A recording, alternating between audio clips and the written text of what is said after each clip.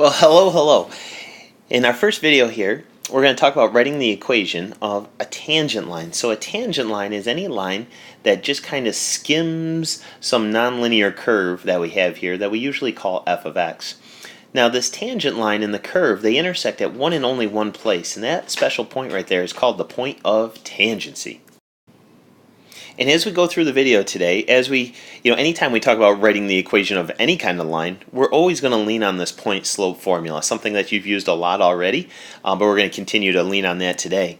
One last graphic here before we dive into our first example is, here's a good example of, here's a point where the line is tangent to the curve, and then at this point it's not tangent. It's like a crash, whereas over here it's more of like a skimming action. Our goal today is to work through three different examples, and the directions will be the same for all three. We're going to write the equation of a line tangent to, in this first example, the line will be tangent to the function f of x equals x squared at the point where x equals 3. So we'll try to draw ourselves a little picture and create a visual of just exactly what it is we're doing. So here's maybe what f of x looks like. Of course, it does go through the origin. Let's see. 1, 2, 3, so let's see, that's x equals 3. So the point on the curve, this will be my point of tangency.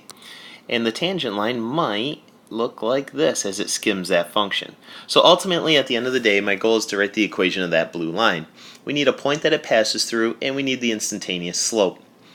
Now, to get the point that it passes through, I already know that x equals 3, but I don't know what the y value is. So I'll remind myself, y equals question mark. To find the y-coordinate, we're just going to evaluate f of 3. This doesn't require any fancy calculus. And in this case, 3 squared equals 9, so there's your y-coordinate. Now we do need calculus, though, to get the instantaneous slope. So I'm going to first take the derivative in terms of x, which is 2x. And now I'm evaluating that derivative specifically at x equals 3. And so 2 times 3 makes 6. There's your slope. And if I put everything all together, the equation would be y minus 9 equals 6 quantity x minus 3, and that is the equation of that blue tangent line. In our second example, our goal is to write the equation of the line tangent to f of x equals radical x at the point when x equals 4. Okay, so drawing this picture, we know that radical x starts right at the origin, and it increases but at a decreasing rate. And maybe we say 1, 2, 3, 4. So there's 4. There's my point of tangency. And my tangent line might look like that. So that's my goal, to write the equation of that blue line. Again, what don't we know? We don't know the y-coordinate, and we don't know the instantaneous slope.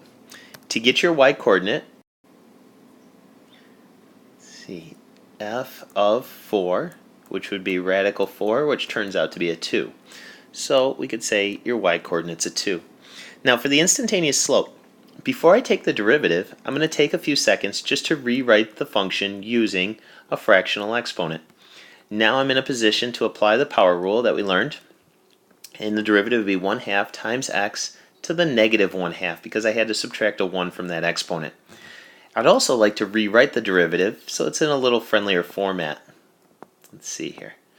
So I'm going to go 1 over 2 times radical x. Now, let's evaluate the derivative at x equals 4.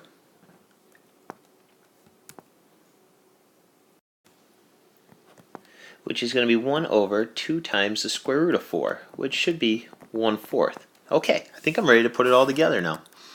So let's see, we know the y-coordinate's a 2, we know the slope is a 1/4, and this is going to be x minus 4. And there it is. For our third and final example, we're going to write the equation of a line tangent to the function f of x equals 1 divided by x, equal sign, at x equals 2. Okay, so x equals 2 is my point of tangency. If I try to draw this function, it's kind of a fun function. It's a rational function that's got a vertical asymptote at x equals 0 and a horizontal asymptote at y equals 0. So there's my function. Let's see if we can pick out, let's say 1, 2. So there's 2. There's my point of tangency. And my tangent line might look like that. Okay, so let's see if we can get the y-coordinate. Let's evaluate. F of 2 would turn out to be 1/2. So right there, that's a 1/2. Now to get the instantaneous slope, I need to take the derivative, but before I take the derivative, I'm just going to take a couple seconds to rewrite the original function using a negative exponent, setting myself up to use the power rule, and the derivative would be negative x raised to the negative 2. And I'm going to rewrite that in a friendlier format. This would be negative 1 divided by x squared. Now let's evaluate the derivative specifically at x equals 2, and you get negative 1/4, and that's your slope. So if I put it all together, let's see, we know that the y-coordinate is a 1/2, we know the slope is negative 1/4, and then we'll do x minus 2. We don't have to clean it up, that's the best news. So again, at the end of the day, the theme here in the video is they always gave you the x-coordinate of the point of tangency. You had to find the y-coordinate, and you had to find the instantaneous slope, and you were good to go. Hope that makes sense. Good luck on the assignment.